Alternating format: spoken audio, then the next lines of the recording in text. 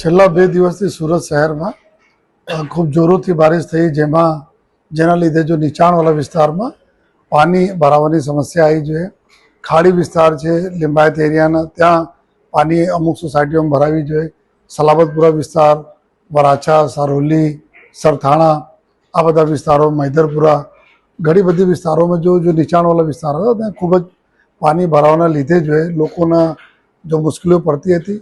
Traffic નિયમનથી લઈને લોકો ઘરમાં ફસાઈ ગયા હતા. 4 ફીટ જેટલા તક પાણી ભરાયા હતા.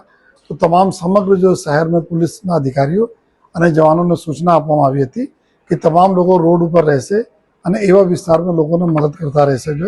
અને મને ખૂબ ગર્વ છે કે અમારા પોલીસના જવાનો અને અધિકારીઓ ખડે પગે રહીને જો લોકોને બચાવના કામગીરીમાં ટ્રેક્ટર મારફતે લઈ આવ્યા, બહાર કાઢી બીજી ગાડીઓ મારફતે એના આપણે ખભામાં બેસાડી લઈ આવ્યા અને આ પ્રકાર લોકોને બહાર કાઢ્યા અને ટ્રાફિક ના જાય ત્યાં એના માટે જો અમારા ટ્રાફિક કંટ્રોલ રૂમમાંથી જો સીસીટીવી કંટ્રોલ રૂમ છે, ટ્રાફિક માટે અલાયદા બનાવવામાં આવેલા છે. એનાથી સમગ્ર શહેરમાં ક્યાં ક્યાં રોડ રસ્તા બંધ છે, ક્યાં વધારે ટ્રાફિક છે, એના નિગરાની કરીને અહીંયાથી જો પબ્લિક એડ્રેસ સિસ્ટમ છે એના મારફતે લોકોને સમજ પણ પાડવામાં આવી કે કઈ વિસ્તારમાં નહીં જાઓ અને કયા વિસ્તારમાં રોડ રસ્તાઓ બંધ છે. એના સાવચેતી રાખો, બિનજરૂરી કામથી કોઈ ઘરોમાંથી બહાર નહીં નીકળો. તો અમને ખૂબ ખુશી છે કે આપણે પ્રજાજનો અમારી વાતોનો માન આપીને બિનજરૂરી રોડ ઉપર નથી આવ્યા, જેના લીધે રોડના ટ્રાફિક નિયમનને બી પોલીસને આસાની પડી. અને અત્યારે અમે જોઈએ તો અમુક વિસ્તારોમાં હજુ પણ ખૂબ પાણી છે, ત્યાં વિસ્તારમાં આપણા કામગીરી ચાલુ છે. એના સિવાય બીજા વિસ્તારોની સ્થિતિ અત્યારે બરાબર છે.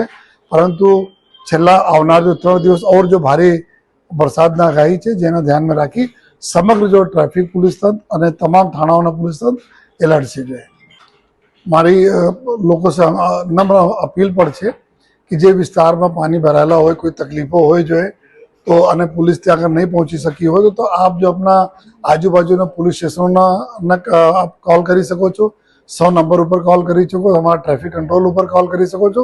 તાત્કાલિક આપને પોલીસના મદદ મળશે. અમે પોલીસ બીજા ડિપાર્ટમેન્ટ સાથે સંકલન છે, કોર્પોરેશન હોય, બીજા ડિપાર્ટમેન્ટ હોય, બધા સંકલન રહીને આપને જો બી સમસ્યા હોય છે એને દૂર કરવા માટે પૂરા અમે લોકો પ્રયાસ કરીશું.